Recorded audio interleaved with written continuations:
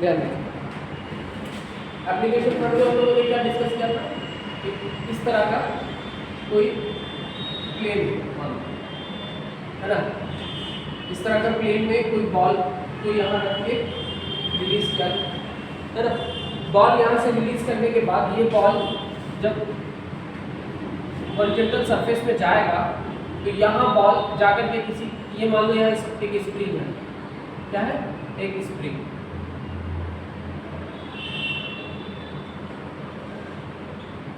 तो ये स्प्रिंग को मैक्सिमम कितना कंप्रेस करेगा वो निकालना है ना। ये स्प्रिंग को कितना मैक्सिमम कंप्रेस करेगा ये बॉल जाकर के वो निकालना। तो ये निकालने के लिए कौन सा मेथड को यूज करेंगे, यहाँ कौन सा फोर्स लग रहा है, कंजर्वेटिव फोर्स, ग्रेविटेशनल फोर्स है ना। ये जो सरफेस है वो कैसा है, स्मूथ, ऐसा स्मूथ सरफेस। तो कैसे निकालेंगे, तो देखेंगे सबसे पहले क्या करेंगे, मैकेनिकल एनर्जी को कंजर्व कर देंगे, कंजर्वेशन ऑफ मैकेनिकल एनर्जी लगाएंगे। अब मैकेनिकल एनर्जी में इनिशियल मैकेनिकल एनर्जी क्या क्या, पोटेंशियल एनर्जी है h हाइट में है, कितना हाइट में है यहाँ से h हाइट में, तो इसका मास कितना है, m मास है, कितना मास है, m मास। तो पोटेंशियल एनर्जी इनिशियली कितना है, mgh, यही है। यहाँ से अगर रेफरेंस प्लेन ये है तो इससे ऊपर जो भी है हाइट उसके तरफ में लिखेंगे mgh प्लस काइनेटिक एनर्जी कितना है, 0 है कि नहीं। अब ये कन्वर्ट हो जाएगा किसमें, स्प्रिंग का काइनेटिक और पोटेंशियल दोनों 0 ही है ना। पूरे सिस्टम की बात कर रहे हैं उसमें, तो उसमें से स्प्रिंग भी आता है, स्प्रिंग का तो 0 ही है, तो स्प्रिंग का भी 0 ही। चलो अब सिस्टम जब कंप्रेस कर दिया, इसको जाके बॉल यहाँ चला गया, कंप्रेस कर दिया, तो बॉल तो रेस्ट में आ चुका ना, बॉल स्पीड में जाने का कंप्रेस करने के बाद तो रेस्ट में आ गया, दबाने के बाद तो रेस्ट में आ गया। तो बॉल का काइनेटिक एनर्जी क्या, 0 होगा, पोटेंशियल एनर्जी कितना होगा, वो भी 0 होगा, क्योंकि वो तो हॉरिजॉन्टल प्लेन पे आ चुका। अब तो हाइट में नहीं ना है कुछ, 0। और अब स्प्रिंग का काइनेटिक एनर्जी तो होगा नहीं, पोटेंशियल एनर्जी होगा। तो स्प्रिंग का पोटेंशियल एनर्जी कितना होगा, तो हाफ के x स्क्वायर होगा कि नहीं, क्योंकि कितना हो जाएगा mgh इक्वल टू हाफ के, ये क्या x मैक्स होगा ना, मैक्सिमम। तो यहाँ से x मैक्स का वैल्यू कितना होगा, तो 2mgh बाई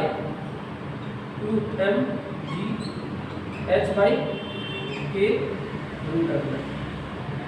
है कि नहीं, इतना होगा कि नहीं, है ना, कोई दिक्कत नहीं। चलिए इसको उतारिए, मतलब इस तरीके से क्वेश्चन दिया होगा तो ऐसे सॉल्व करना है, जल्दी उतारिए।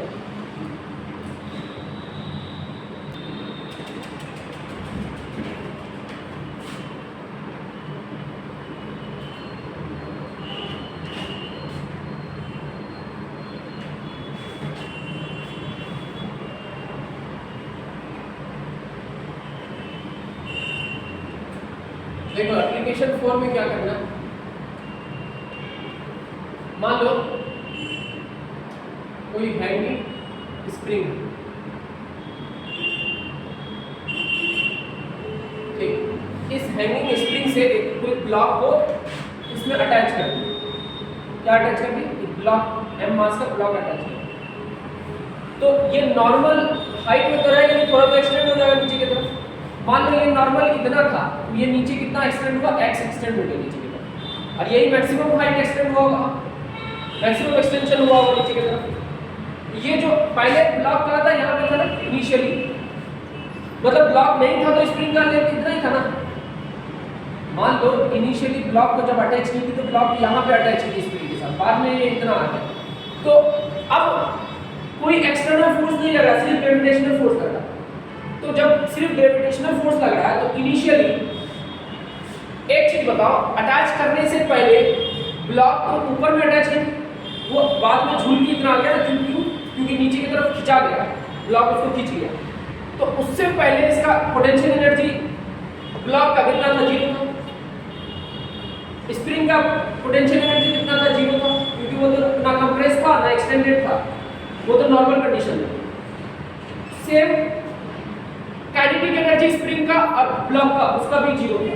तो कुल मिला के मैकेनिकल एनर्जी इनिशियली और मैकेनिकल एनर्जी अगर फाइनली करे,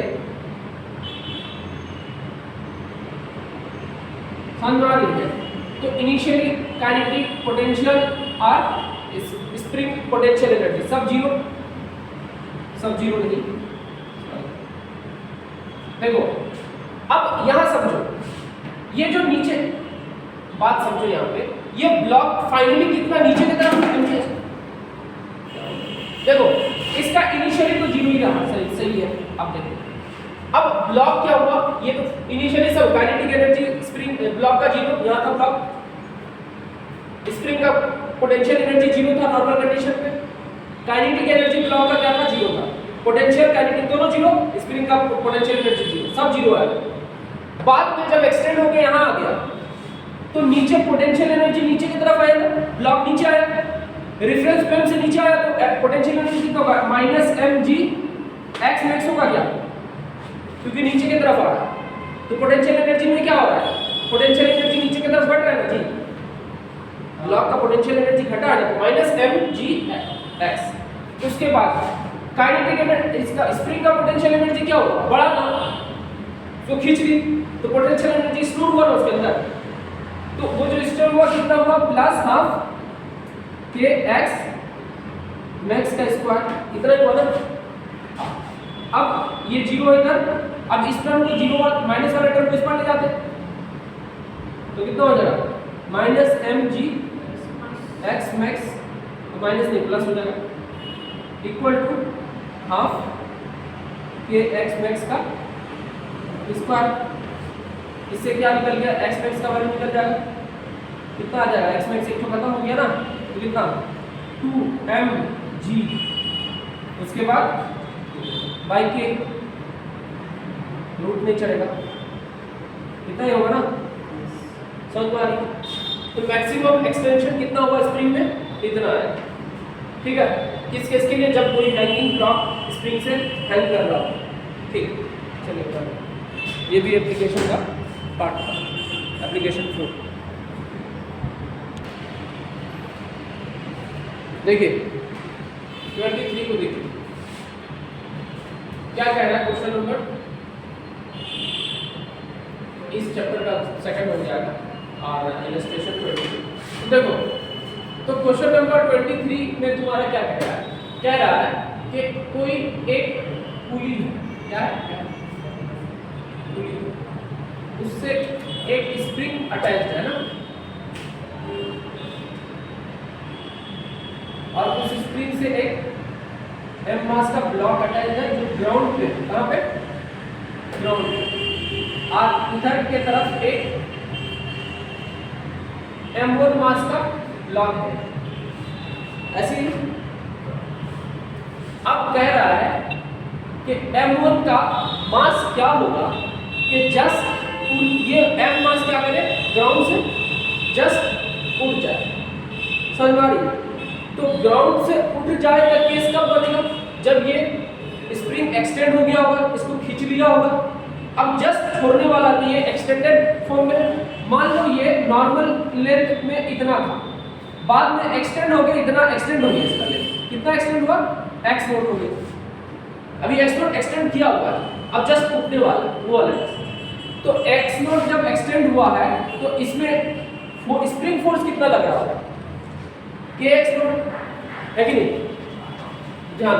और दूसरी बात ये बात बताओ कि ये नॉर्मल एक्सटेंडेड फॉर्म में है, तो ये x ने, ये भी यहाँ नीचे इतना नीचे आया होगा, x नोट आया होगा, ये x नोट ऊपर गया तो ये x नोट नीचे नहीं आया होगा, इधर की तरफ x नोट अगर ऊपर गया है तो ये तो ब्लॉक में तो x नोट नीचे आएगा। अब अगर हम कंजर्वेशन ऑफ मैकेनिकल एनर्जी लगाए यहाँ पे, तो स्प्रिंग x नोट एक्सटेंड हुआ, वो स्प्रिंग का पोटेंशियल एनर्जी किसके बराबर होगा, इसमें जो पोटेंशियल एनर्जी में कमी आया उसके बराबर होगा कि नहीं, क्योंकि काइनेटिक एनर्जी में कोई तो चेंज ही नहीं आ रहा, क्योंकि कोई बड़ा ब्लॉक थोड़ा मूव कर गया, अभी सिर्फ ये एक्सटेंड हुआ तो ये नीचे आया। तो कुल मिला के ऐसा नहीं लिख सकते, स्प्रिंग का पोटेंशियल एनर्जी हाफ के x नॉट का स्क्वायर इक्वल टू हो जाएगा m1 g x नॉट के बराबर। होगा होगा कि नहीं? तो यहां से के यहां से एक काम करो, x नॉट का वैल्यू निकालो। x नॉट का वैल्यू कितना आ गया? एक तो खत्म हो गया, m1 g by 2 m1 g by के इतना आया। ठीक, अब पूछा क्या था कि किसका वैल्यू m1 का वैल्यू कितना हो कि जस्ट लीव कर जाए, है ना? तो एक चीज बताओ, अरे क्या बोला, इक्विलिब्रियम बोला है क्या? इक्विलिब्रियम का केस दिया है क्या? इक्विलिब्रियम का केस नहीं दिया, तो नहीं दिया है तो एक चीज बताओ, ये लिफ्ट कब करेगा? ये इससे उठेगा कब? जब इस mg के वेट को बैलेंस कर ले।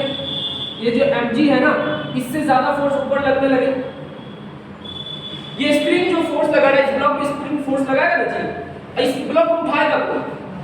स्प्रिंग ने उठाएगा। स्प्रिंग का फोर्स कितना होना चाहिए? इस ब्लॉक से ज्यादा होना चाहिए, इस ब्लॉक के वेट से ज्यादा होना चाहिए।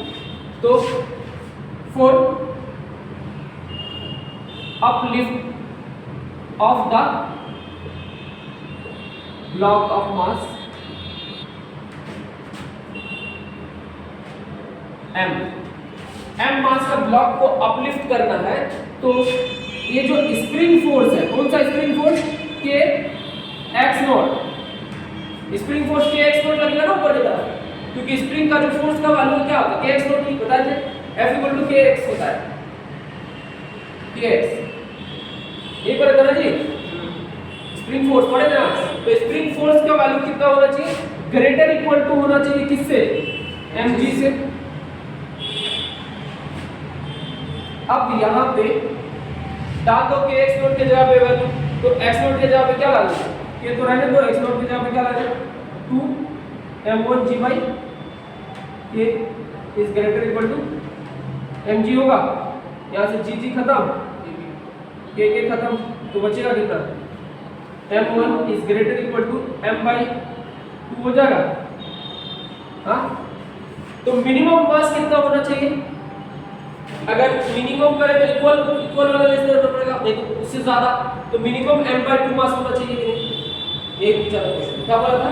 मिनिमम कितना मास हो, ताकि इसका मिनिमम क्या मास हो कि ये लिफ्ट होना शुरू कर दे, ऊपर जाना शुरू कर दे। तो मिनिमम मास m/2, उससे ज्यादा हो तो उठ ही जाएगा, है ना? उससे ज्यादा होगा तो ये तो लिफ्ट करेगा। क्लियर है? ये पूछा था, m के टर्म पे निकालना था, m के टर्म में। क्लियर हो गया? चलिए निकालो।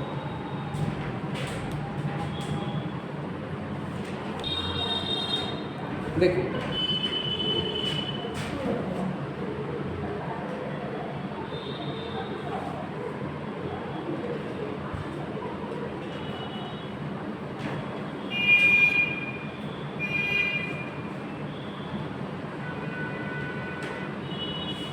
क्वेश्चन नंबर 3 इसके हिसाब से देखो,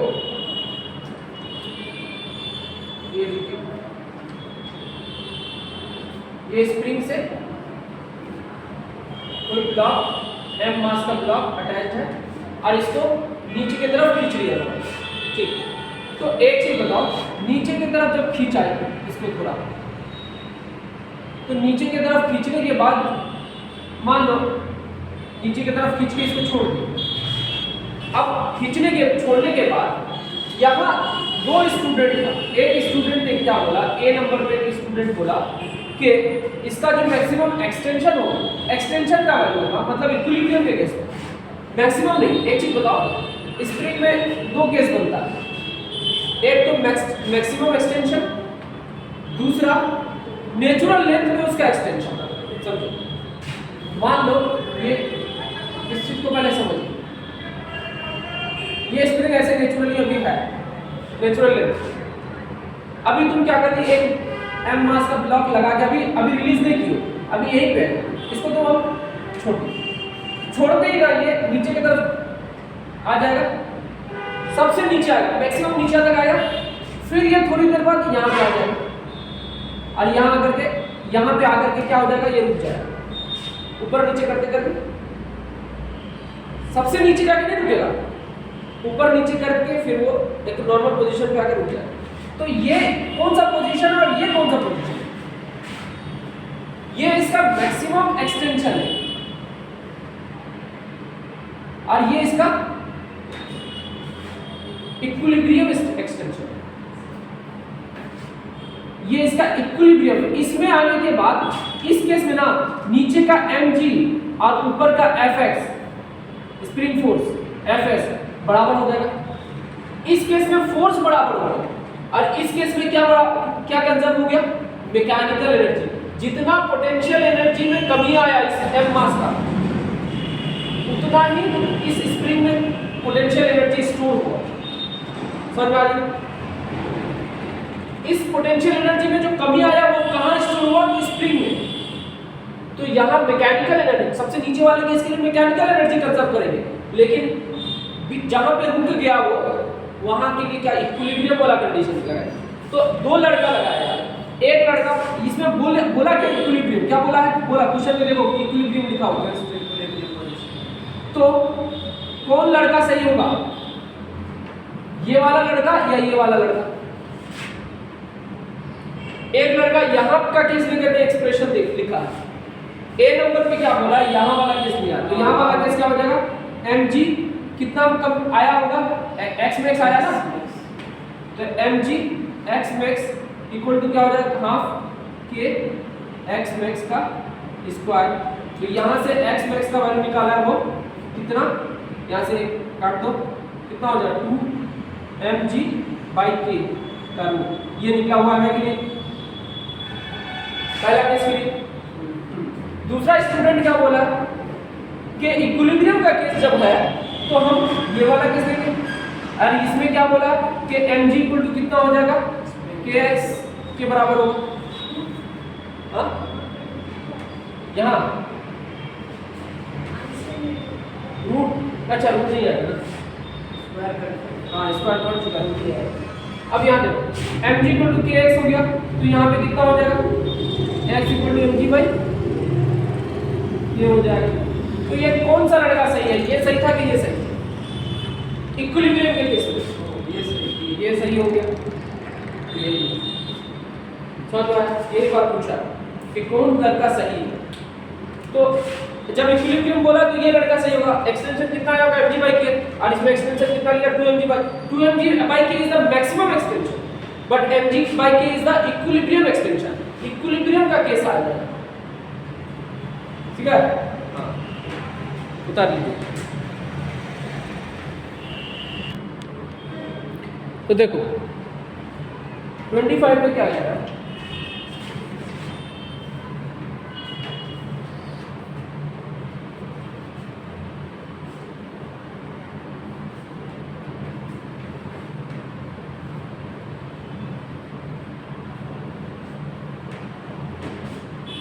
क्वेश्चन नंबर 20 इसके लिए हिसाब से 4, ठीक है, और इलस्ट्रेशन के हिसाब से 25। देखो इधर एक क्या है? मासलेस कंटेनर है, और वो कहां पे है? एक स्प्रिंग के ऊपर है, ऐसी है ना। एक छोटा सा पार्टिकल को h हाइट से गिराया जाता है। कितना हाइट है जी? कितना हाइट से गिराया जाता है? 0.24 मीटर हाइट से गिराया है ना। और उसका मास कितना था इसका? 0.1 kg है, ग्राम kg। इतना मास का एक पार्टिकल को इतना हाइट से गिराया गया और ये कितना नीचे चला गया?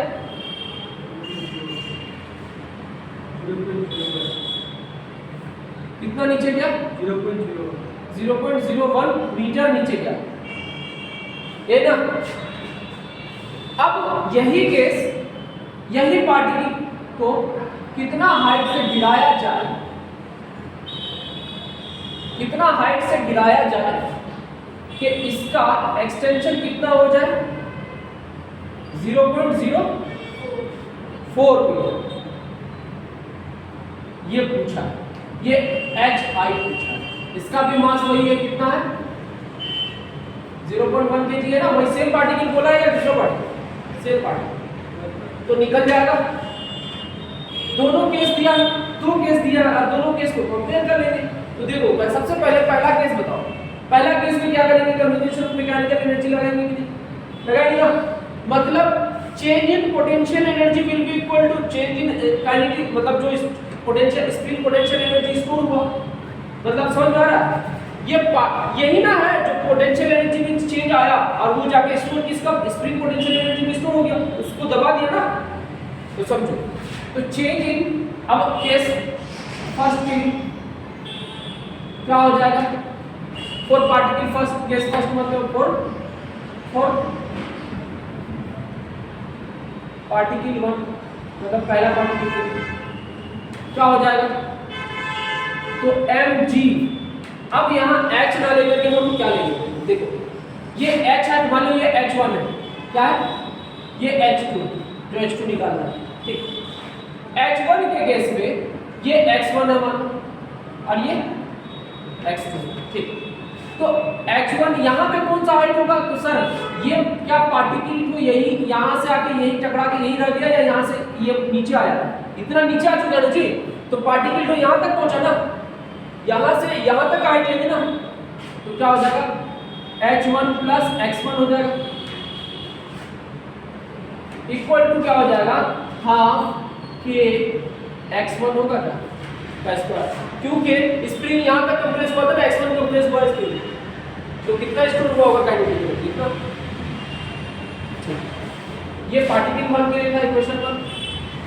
फॉर पार्टिकल सेकंड, जब दोबारा सेकंड पार्टिकल को रिलीज किए यहाँ से उससे ज्यादा हाइट से, h2 हाइट से, तो कितना होगा potential energy, mg h2 plus कितना नीचे गया, तो x2 नीचे गया ना, x2 इक्वल टू हाफ के x2 का स्क्वायर, इक्वेशन 2 होगा क्या नहीं।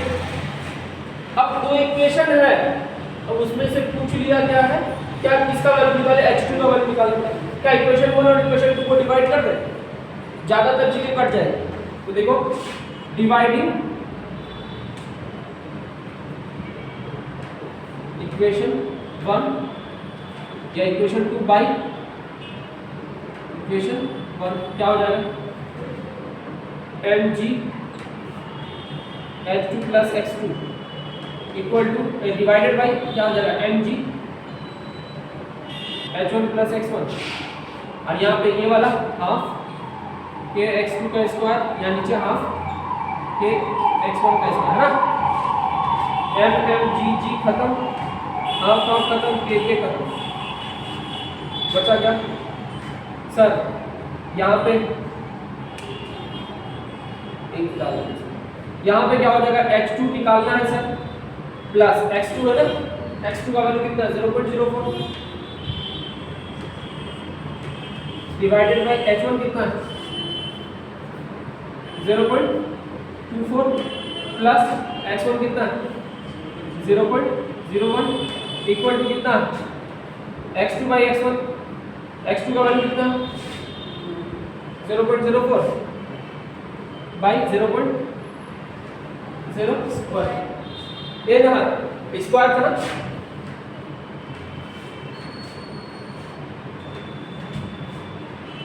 h2 प्लस 0.04 बाई 0.25 होगा, ठीक। यहाँ पे पॉइंट हट जाए, 4 चौके 16 हो जाएगा 16, ठीक। अब यहाँ पे कितना हो जाएगा 25, 0.25 है, 16 को 0.25 से मल्टीप्लाई कर देते, कितना हो जाएगा, मल्टीप्लाई होगा ना, तो ये 0.25 बाई 100 होगा कि नहीं, 25 चौके 100, 4 चौके 16, मतलब फिर 4 आ गया, इसको हटा दिया, इसको उस पर लेके चले गए ना एक बार, तो देखा नहीं। अब देखो बचा कितना, h2 इक्वल टू कितना हो गया 4, और ये जाएगा माइनस हो जाएगा, तो 3.96 होगा, हाँ लेकिन 3.96 मीटर हो गया हाइट, कितना हाइट से फेंकना रिलीज करना पड़ेगा 3.96 मीटर हाइट से, क्लियर हो गया, कोई दिक्कत नहीं, चलिए उतारिए।